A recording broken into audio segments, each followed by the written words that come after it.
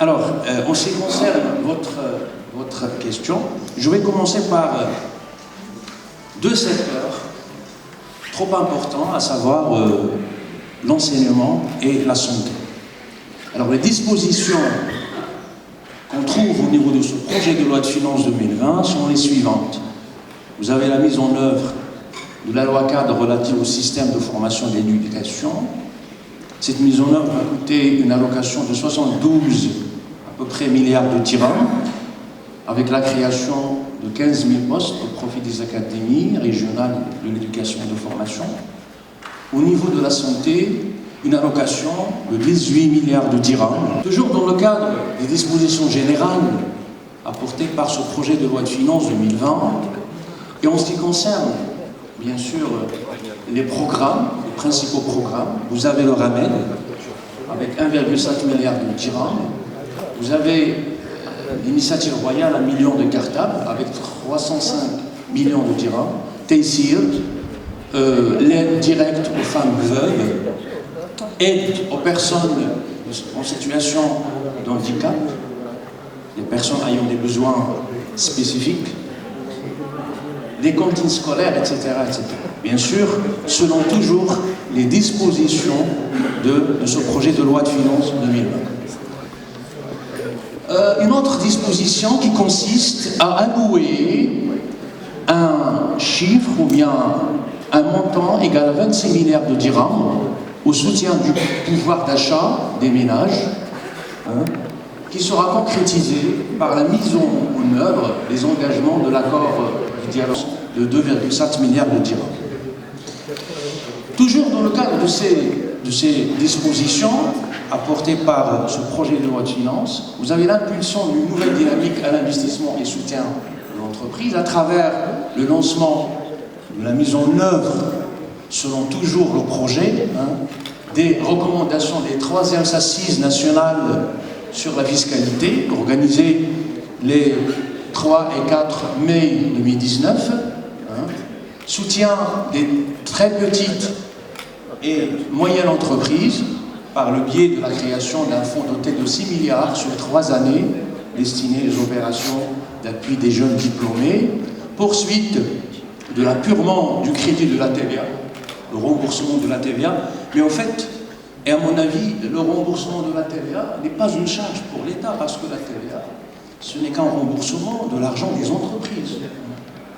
Vous savez que normalement, lorsqu'il s'agit des crédits de TVA, les entreprises n'ont pas le droit de récupérer directement la TVA, mais de l'imputer sur les déclarations futures. Lorsqu'il s'agit aussi des situations de butoir, les entreprises ont le droit de demander un remboursement, mais en fait, ce n'est pas une charge, c'est l'argent des entreprises. Il ne s'agit pas d'une charge supplémentaire, c'est-à-dire une charge additionnelle pour l'État.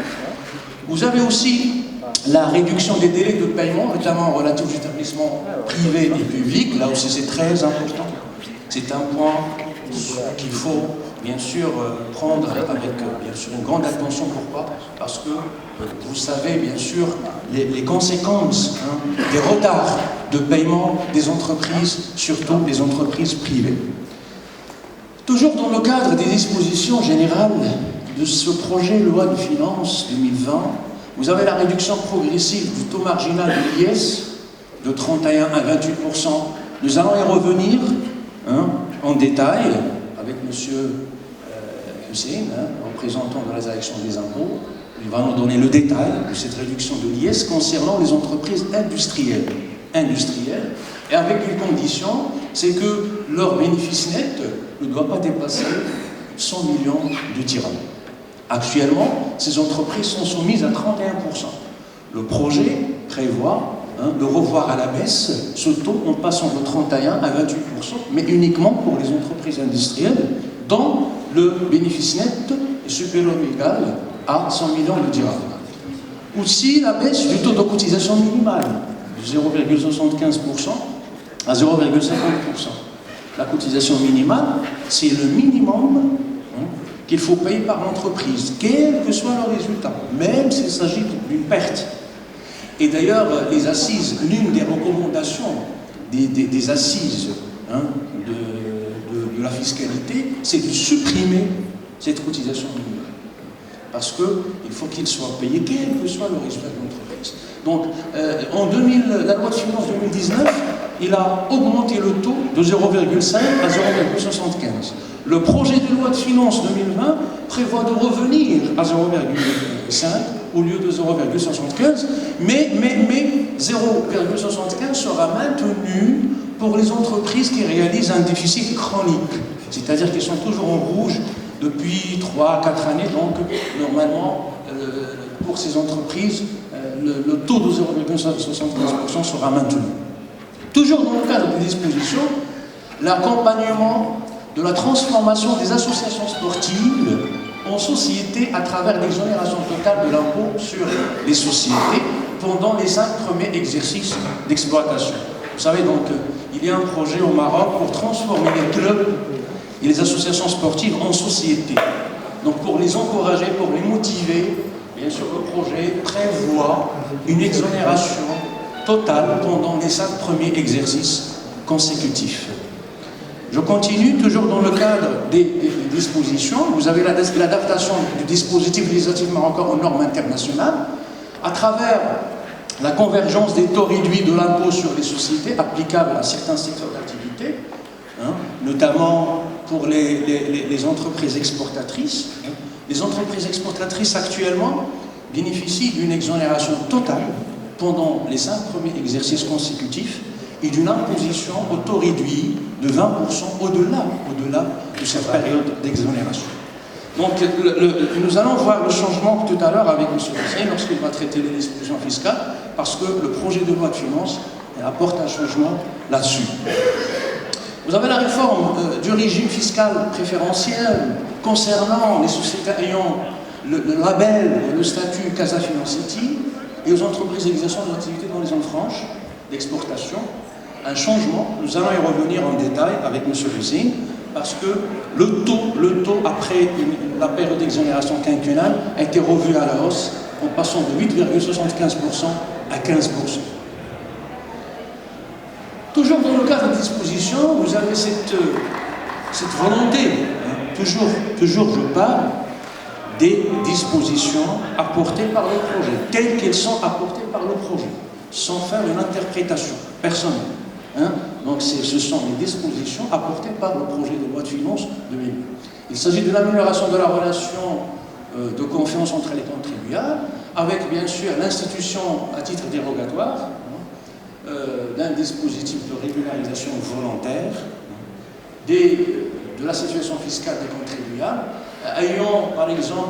n'ayant pas déclaré leurs revenus, soit fonciers, soit agricoles, pendant les 3 dernières années. Donc, selon ce dispositif, ils auront la possibilité d'avoir, bien sûr, ou de payer 5% sur les liquidités disposées au sein d'une banque, et d'éviter le paiement des majorations, des amendes et des pénalités. Voilà. Donc, aussi, les contribuables n'ayant pas effectué leur déclaration de revenu global, ils auront la même chose. Vous avez aussi parmi les dispositions le fait d'accorder aux contribuables à titre transitoire la possibilité d'organiser leur situation fiscale en matière de l'IS, de l'IR, de la TVA, en souscrivant une déclaration rectificative de 2007 et 2018. Toujours dans le cadre de cette amélioration de la relation de confiance avec les contribuables, l'institution d'un cadre légal bien sûr au débat oral et contradictoire entre l'administration et le contribuable vérifié, c'est-à-dire après la procédure de vérification, il faut formaliser le débat oral entre le contribuable vérifié d'une part et l'administration des impôts d'autre part, élargissement du champ d'application des demandes de consultation fiscale, lancement de l'opération de la régularisation spontanée au titre des avoirs et ainsi de suite. Donc je n'ai pas la peine d'entrer dans les détails. Après avoir vu les dispositions générales, j'aimerais bien vous donner une idée sur les engagements liés à la préparation de ce projet de loi de finances. Vous avez l'incidence, c'est bon? Ok, 3 minutes, ok. Alors l'incidence financière du dialogue social, 6 milliards de dirhams, ressources financières allouées aux régions, à peu près 9 milliards de dirhams en 2020, contre 2 milliards de dirhams en 2019. Remboursement au titre de la TVA, 10 milliards de dirhams.